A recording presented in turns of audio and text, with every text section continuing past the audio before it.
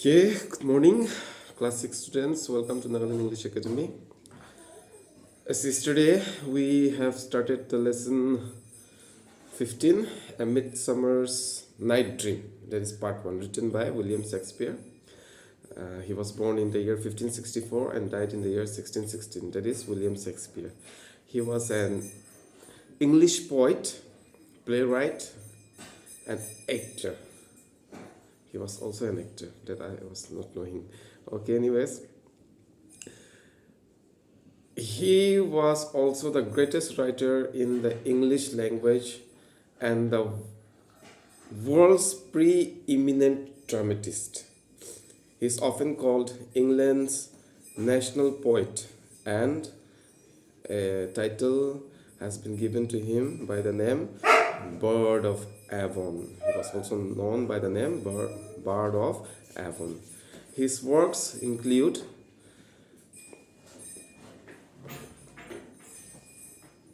38 plays, 154 sonnets. 154 sonnets उसको कहते हैं ऐसे पोएम को जिनमें 14 लाइन्स होते हैं, 14 12 आई थिंक 12.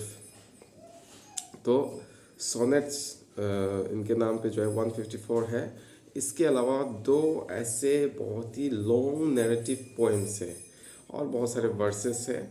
इनके जो प्लेस है यानी नाटक है उसको बहुत ही ज़्यादा लगभग हर भाषा में ट्रांसलेट किया गया है और जो भी नाटक है इनको परफॉर्म भी किया गया है, लाइव परफॉर्मेंस भी दिया गया है. ठीक है, नाउ हम लोग मूविंग ऑन.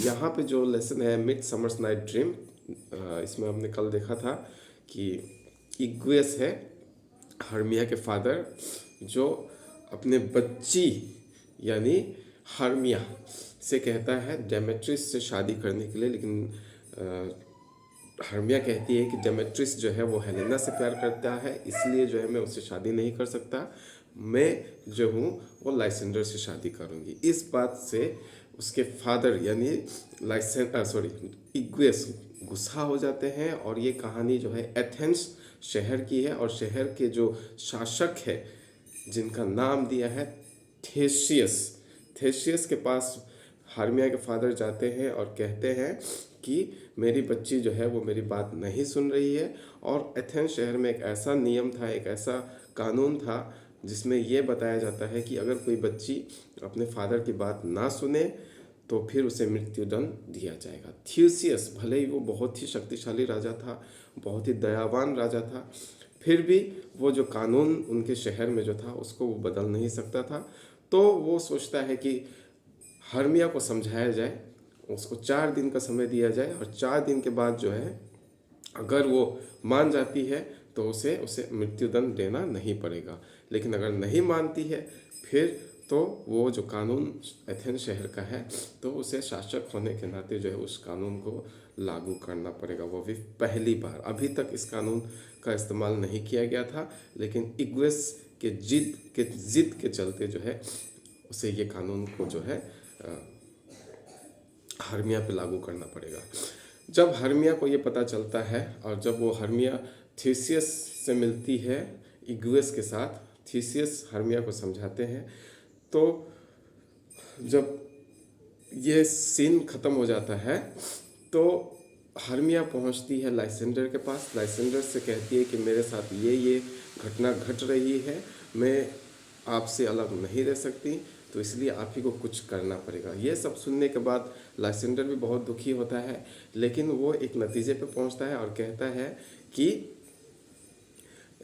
एथेंस के बाहर एक शहर है जहाँ पे उसकी आंटी रहती है यानी अंट, और अगर हम लोग उस जगह चले जाते हैं तो फिर वो जो कानून है एथेंस शहर में उस शहर में वो लागू नहीं होगा, और वहाँ पहुँचने के बाद ये दोनों जो है एक दूसरे के बन जाएंगे. ये सुनने के बाद हर्मिया बहुत खुश होती है और वो लोग जो है हर्मिया ये बात किसी से बताती नहीं है, लेकिन सिवाय उसकी दोस्त हेलिना से वो ये बात बता देती है. हेलिना जो है वो डेमेट्रिस से प्यार करता है, लेकिन डेमेट्रिस जो है वो प्यार को समझता नहीं है और हेलिना के साथ वो रहना पसंद नहीं करता. तो हेलिना क्या करती है, हेलिना वो जलती है हर्मिया और लाइसेंडर से। इसी के चलते वो जाके ये बात को जो है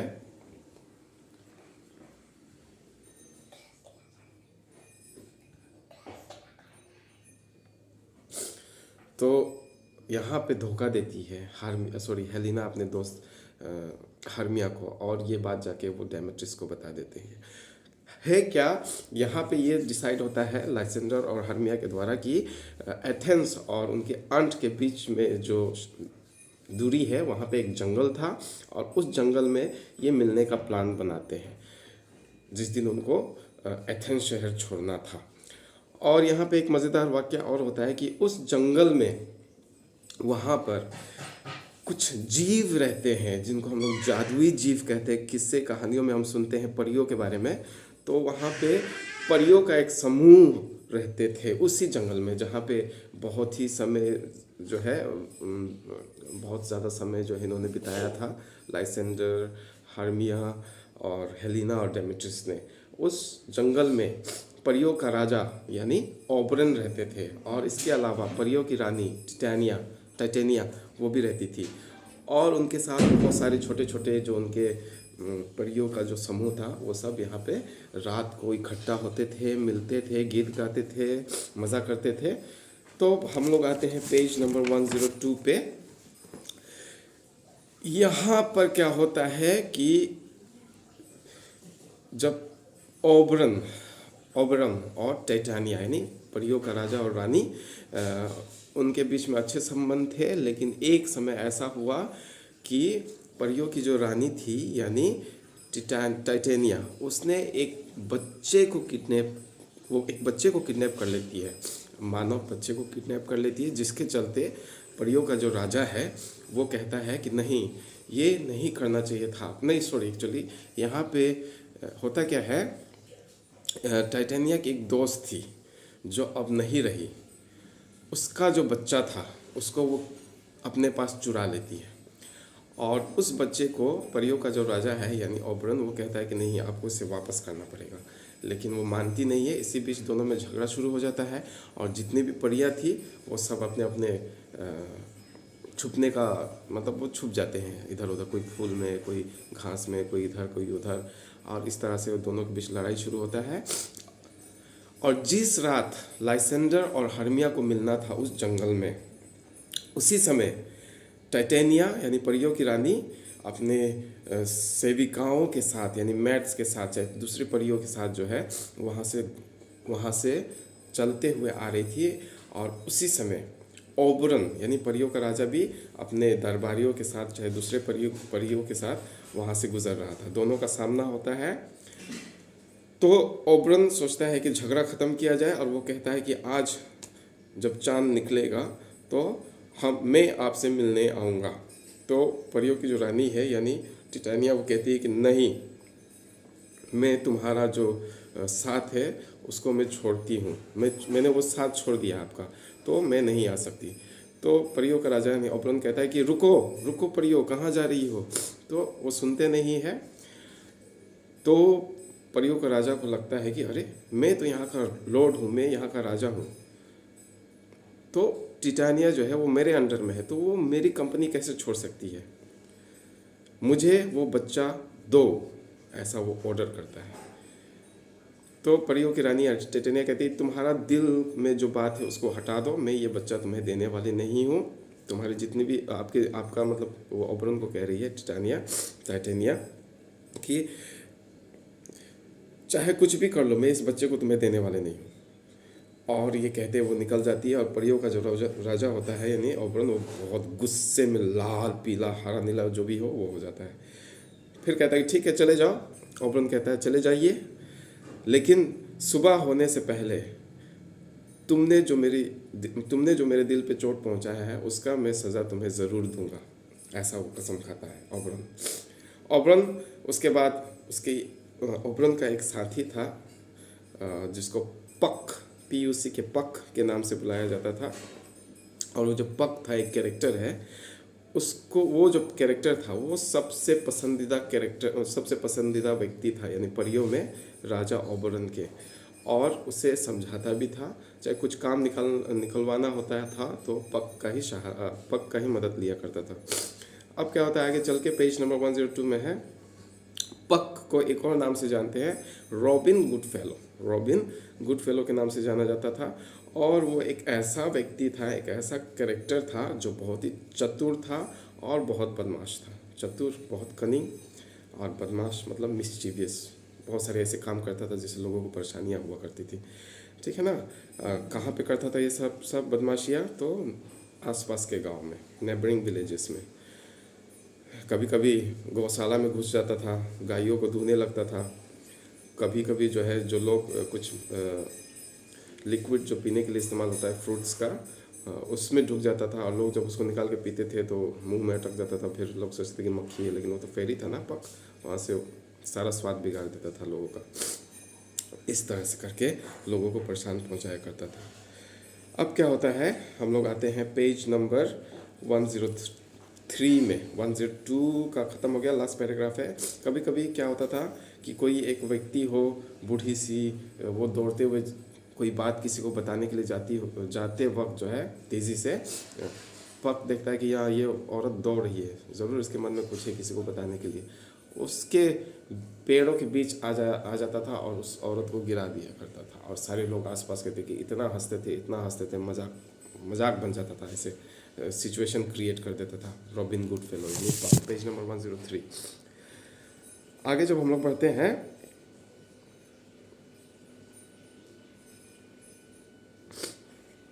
Come hither, Puck said Auburn to this little merry wanderer of the night.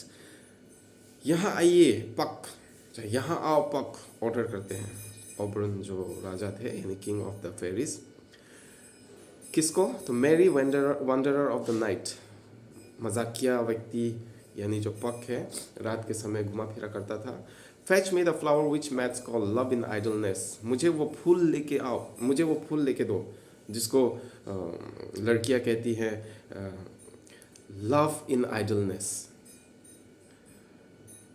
एक फूल है जिसका नाम है लव इन आइडलनेस, उसको लाने के लिए पक को कहा जाता है, जिसको पीसने के बाद उसमें से जो रस निकलता है, जूस निकलता है। ये एक पर्पल फ्लावर है, और जैसे ही उस जूस को किसी की आंखों पे रख दिया जाए तो सोते वक्त उस फूल को जब हम लोग आंखों पे रख देते हैं, और जैसे ही सुबह होगा और वह व्यक्ति जिस पे रस रखा गया है अगर वो जगता है, जिस किसी को भी वो देख ले फर्स्ट जगते समय, उससे वो उसके प्यार में वो पड़ जाता है। अब जैसे वो गधा को देख ले तो गधे से प्यार हो जाएगा, गाय को देख ले तो गाय से प्यार हो जाएगा, उसके सिवा उसे कुछ दिखाई नहीं देगा। पत्थर को देख ले तो पत्थर से प्यार हो जाएगा। ऐसा तो कभी होता नहीं है, लेकिन ये हो रहा है यहाँ पे, तो इसलिए हम लोग को बोलना पड़ रहा है। फिर कहते हैं कि वो फूल लेके आओ मेरे लिए। कौन सा फूल? लव इन आइडलनेस का, जो पर्पल फ्लावर है। और लाने के बाद जो है, some of the juice of that flower I will drop on the eyelids of my Titania when she's asleep, and the first thing she looks upon when she opens her eyes she will fall in love with, even though it be a lion or a bear, a mating monkey or a bushy ape. And before I will take this charm from off her sight, which I can do with another charm I know of, I will make her give me that boy to be my page. मुझे वो फूल ला के दो, I love in idleness का, और उस फूल का जो रस है मैं अपनी टिटेनिया की आंखों पे रख दूंगा, और जैसे ही सुबह वो उठेगी, आंख खोलेगी अपना, तो वो प्यार में पड़ जाएगी। किसके? चाहे वो एक लायन हो, शेर, चाहे वो भालू हो, भालू देख ले तो भालू से प्यार हो जाए, शेर देख ले शेर से प्यार हो जाए, चाहे एक मोंकी देख ले वो मोंकी से प्यार कर ले, चाहे एक चिंपांजी क्यों ना हो, गोरिल्ला क्यों ना हो, उसको देख ले। तो ये मज़ा चखाने के लिए, इसको तो क्या, इसको देखने के लिए जो है, मज़ा चखाने के लिए, किसको? टिटानिया को। उसको गुस्सा आया ना ओबरन को, क्योंकि उसका मजाक बना दिया गया है राजा ओबरन का टिटानिया द्वारा। राजा होते हुए भी उसकी बात सुना नहीं जा रहा, इसलिए वो कहता है कि इसको मज़ा चखाते हैं, लेके आओ फूल, पक से कहता है। फिर जो है हम लोग आगे बढ़ते हैं। गुड मॉर्निंग बोलो। Good morning. Welcome. Welcome. My name is Abhimanyu. My name is Aman. Very good. तो हम लोग आगे बढ़ते हैं लेसन में। तो मज़ा चखाने के लिए बोलता है अगर भालू देख ले भालू से प्यार हो जाए, शेर देख ले शेर से प्यार हो जाए ना, मोंकी देख ले चाहे गोरिल्ला चिंपांजी जो भी देख ले उससे प्यार हो जाए। अब हम लोग आगे बढ़ते हैं और कहते हैं राजा ओबरन कि उसको मज़ा चखाने के बाद, उसका मजाक बनाने के बाद उसको ठीक किया जाएगा एक दूसरे तरीके से। एक दूसरा जादू जो है वो मुझे पता है कि कैसे उस जादू को नष्ट किया जाए। वो जो लव इन आइडलनेस का जो जादू किया जा रहा है उससे उसको छुटकारा दिया जाए टिटेनिया को। तो मुझे पता है वो कौन सा तरीका है, तो मैं कर लूँगा। Puck, who loved mischief to his heart, was highly diverted with the intended frolic of his master and ran to seek the flower. And while Oberon was waiting the return of Puck, he observed Demetrius and Helena enter the wood. He overheard Demetrius reproaching Helena for following him, and after many unkind words on his part and gentle expostulation from Helena, reminding him of his former love and profession of true faith to her, he left her, as he said, to the mercy of the wild beasts, and she ran after him as swiftly as she could. पक जैसे ही वो बात सुनते हैं राजा ओबरन का, तो उसे बहुत मज़ा आता है क्योंकि वो तो मिस्चीवियस करता ही है, बदमाश है ही है। वो दौड़ता हुआ निकल जाता है उस फूल को ढूंढने के लिए। और यहाँ पे जब राजा ओबरन अकेले होते हैं उस जंगल में, तो वो देखते हैं डिमेट्रिस और हेलिना को। डिमेट्रिस और हेलिना उस जंगल में आ चुके हैं और लाइसेंडर और हेलिना पहले ही निकल चुके हैं और डिमेट्रिस हेलिना अभी पहुँचे पीछे पीछे।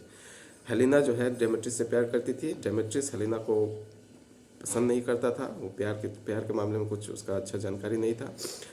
जब डेमेट्रिस को पता चलता है कि हेलिना उसका पीछा कर रही है, तो बहुत सारे ऐसे शब्द बोलता है हेलिना को जिससे हेलिना को चोट पहुंचना चाहिए, लेकिन वो दुखी नहीं होती है और उसके साथ ही साथ चलने लगती है। ये सब देखने के बाद ओबरन जो ओबरन थे, यानी जो फेरी किंग थे, परियों का देवता, वो सच्चे प्यार करने वाले को जो है, ट्रू लवर्स के साथ उनका व्यवहार जो है बहुत अच्छा था और उसे दया आता है हेलिना पे, क्योंकि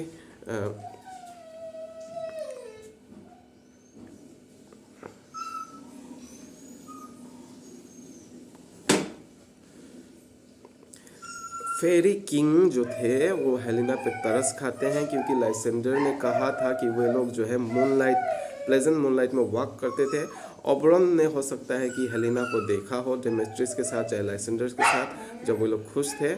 हाँ सॉरी कुछ वक्त पहले जो है डेमेट्रिस जो है हेलिना को चाहता था, लेकिन कुछ समय बाद जो है इनके बीच जो है वो जो प्यार था वो ख़त्म हो चुका था। और ये सब देखने के बाद ओबरन जो है थोड़ा सा दुखी हो जाता है हेलिना पे।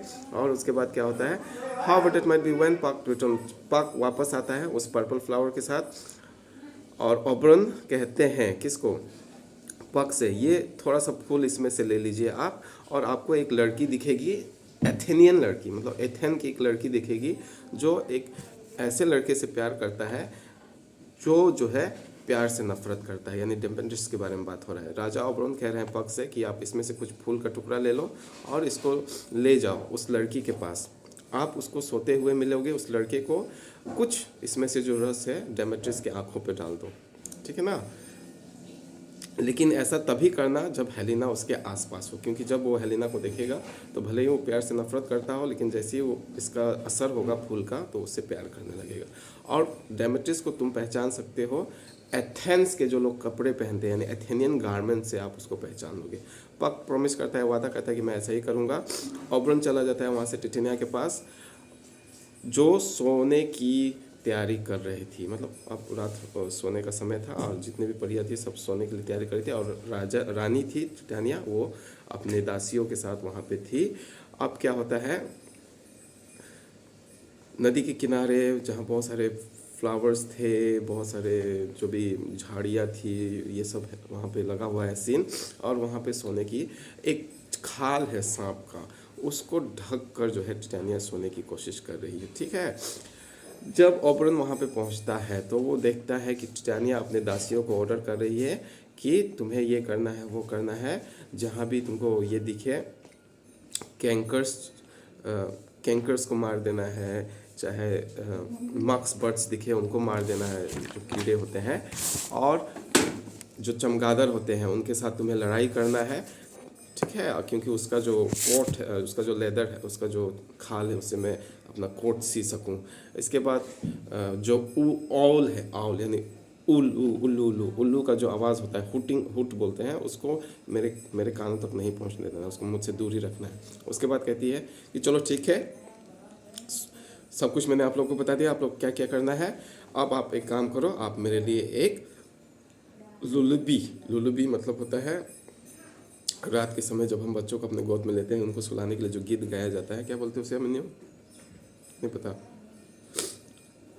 हाँ, तो उसको आप लोग एक अच्छे से गीत गाइए ताकि हम यहाँ पे आराम से सो सके। और जब परिया गीत गाने लगती है सुलाने के लिए, लुलुबी गीत गाते गाते उसको छोड़ देती है, और यहाँ पर ओबरन धीरे से टिटानिया के पास आता है, उसके पास बैठता है, और उसकी आंखों में जो है ये रस, यानी लव इन आइडलनेस का जो रस था वो उसकी आंखों पे रख देता है, एक मंत्र बोलते हुए, what thou seest when thou dost wake, do it for thy true love take. ये एक मंत्र है जो उसको डालते हुए ओबरन कहता है, ठीक है ना, जो तुम देखोगी जगने के बाद उससे तुम्हारा प्रेम हो जाएगा। So class 6 student, this chapter is over, lesson 15, A Midsummer's Night Dream Part 1. Thank you very much. Do like, subscribe and comment.